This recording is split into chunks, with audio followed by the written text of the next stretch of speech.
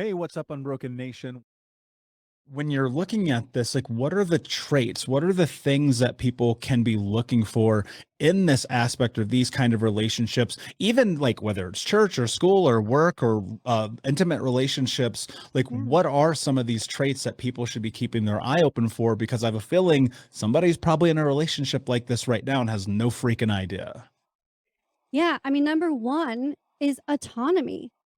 Do you have autonomy to literally do anything you want or eat anything you want within reason? That is your freedom, right?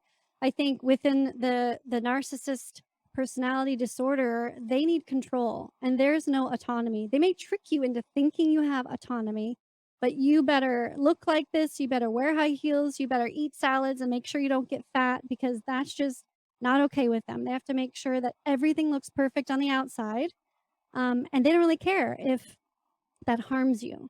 So, other things I can see also, even with parents and children, and they don't really intend to, but they do this anyways. Is oh, eat this watermelon, and the child's like, I don't want to, and they're like, oh, well, just do I have to eat all of it? Yes, you have to eat all of it. Well, right there, that's already controlling. Like, what does the child really want? Is it an apple instead of a watermelon? And then you get into this, like, then the parent will start to try and convince the child why watermelon is so delicious and nutritious versus allowing the freedom to choose between two fruits, right? That right there is a very tiny, insidious way of not allowing anybody with autonomy. And it starts to condition you as a child to think that that's okay because the parent's convincing you that watermelon is better than apple, where that could scientific not even be true, right? So it's just in the Right. behaviors that we start to accept as children. Let's go into that because I want to look at some other traits here too. But the thing about autonomy, it makes a lot of sense. But one of the things that I'm curious about when you started recognizing that you didn't have freedom of choice, but you're still kind of in this place of being brainwashed, how did you like reconcile that to be able to get to the place where you actually understood what was happening? God, it took me so many years, to be honest. um it started with rebelling, right? Just like the little child says, I don't want to. It was like, I'm moving out and getting my own place. I'm not following by your rules anymore.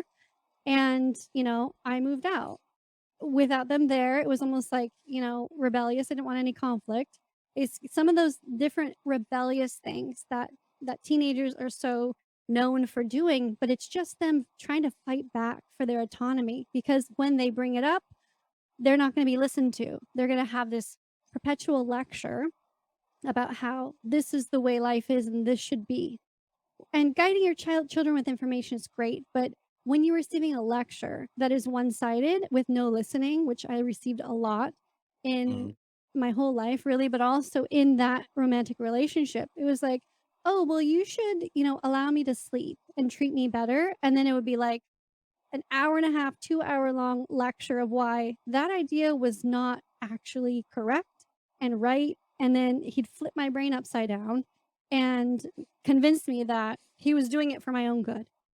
And it's just this brain gymnastics.